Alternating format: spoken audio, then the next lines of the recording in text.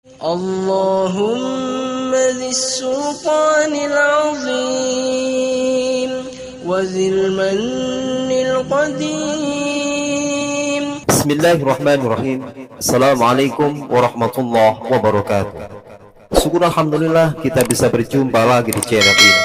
Salawat dan salam selalu dan tetap tercurah kepada junjungan kita Nabi besar Muhammad sallallahu alaihi wasallam.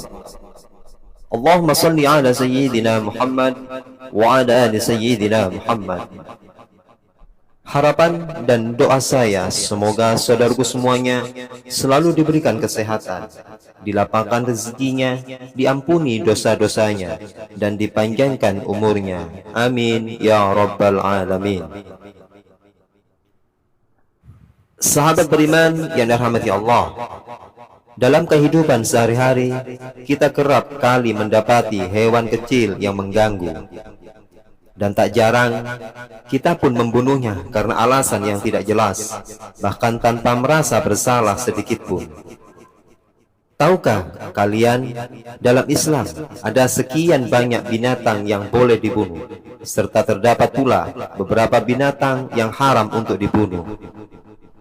Jadi tidak semua hewan kecil boleh kita bunuh, walaupun populasinya tidak terbatas.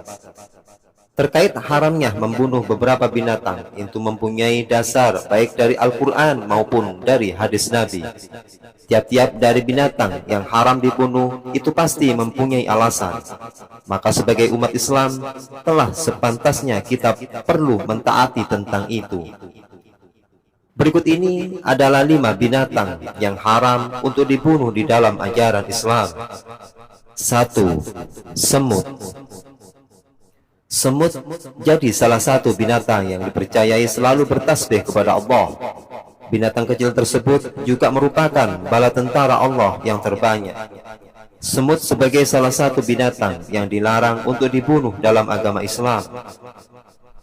Dari Abu Hurairah radhiyallahu anhu bahwa Rasulullah shallallahu alaihi wasallam bersabda, salah seekor semut sempat menggigit salah seorang nabi. Kemudian nabi itu menyuruh seorang untuk mendatanginya sarang semut serta membakarnya. Namun Allah kemudian menurunkan wahyu kepadanya, apakah cuma sebab seekor semut menggigitmu, lalu kalian membasmi satu umat yang senantiasa bertasbih kepada aku? Hadis riwayat Muslim.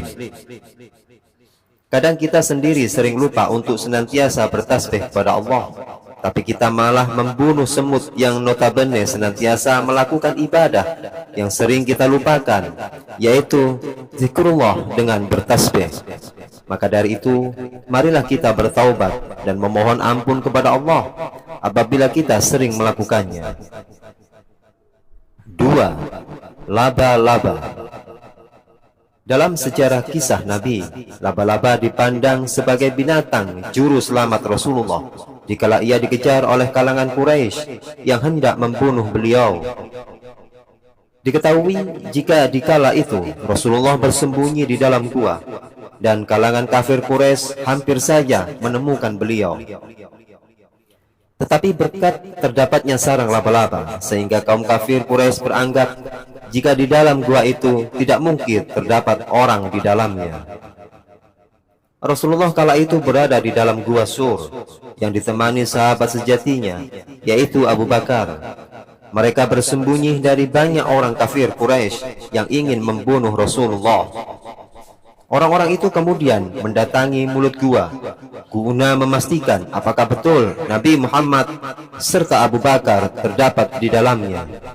Tetapi apa yang mereka dapati setelah sampai di mulut gua, terdapat sarang laba-laba yang masih utuh sempurna, serta di situ mereka pula mendapatkan 2 ekor burung merpati. Maka mereka sangat percaya bahwa di dalam gua tersebut tidak ada orang.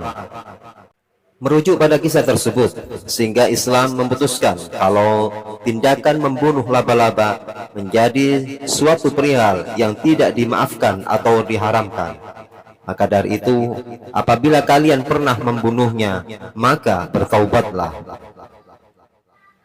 3. Lebah.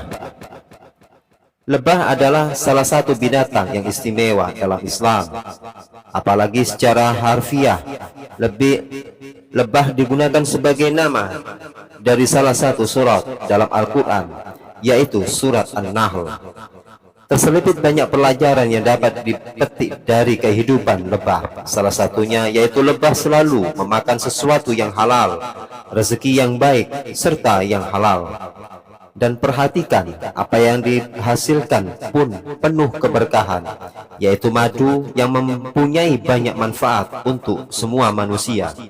Mayoritas ulama mengatakan hukum membunuh lebah selevel dengan semut, dengan landasan itu pantangan membunuhnya serta pantangan menyantapnya. Namun para ulama menerangkan, jika larangan membunuh lebah karena bisa menghasilkan madu yang bermanfaat untuk manusia. 4. Kata. Rasulullah SAW bersabda, berilah keaman bagi kata, jangan dibunuh, karena sesungguhnya suaranya yang kalian dengar adalah tasbih dan takbir. Sesungguhnya hewan-hewan meminta izin kepada Rabb-nya untuk memadamkan api dari Nabi Ibrahim, maka diizinkanlah bagi kata. Kemudian api menimpanya, maka Allah menggantikannya untuknya panas api dengan air. Hadis riwayat Abu Sa'id As-Sami, Ibrahim bin Abi Abdullah dan Abah bin Saleh. 5. Burung hudhud. Burung hudhud merupakan salah satu binatang yang disebutkan dalam Al-Quran. Burung ini sangat terkenal dalam kisah Nabi Sulaiman karena menjadi utusan yang mengantarkan pesan Nabi Sulaiman kepada Ratu Bilqis. Keistimewaan burung tersebut menyebabkan binatang yang satu ini haram untuk dibunuh sesuai dengan ketentuan Islam. Membunuh hewan tidak bersalah, jelas tidak dapat dibenarkan. Kita boleh membunuh hewan jika keberadaannya akan mengganggu keselamatan. Maka dari itu, mulailah hari ini untuk berhati-hati dalam bertindak, walaupun itu hanya membunuh hewan kecil sekalipun. Karena segala sesuatu ciptaan Allah ada tujuan dan hikmah di dalamnya untuk kehidupan manusia. Semoga video yang saya bagikan ini bisa menambah wawasan kita dan bertambah ilmu kita serta mendapatkan ridha Allah Subhanahu wa ta'ala. Jazakumullahu khairan katsira. Assalamualaikum warahmatullahi wabarakatuh.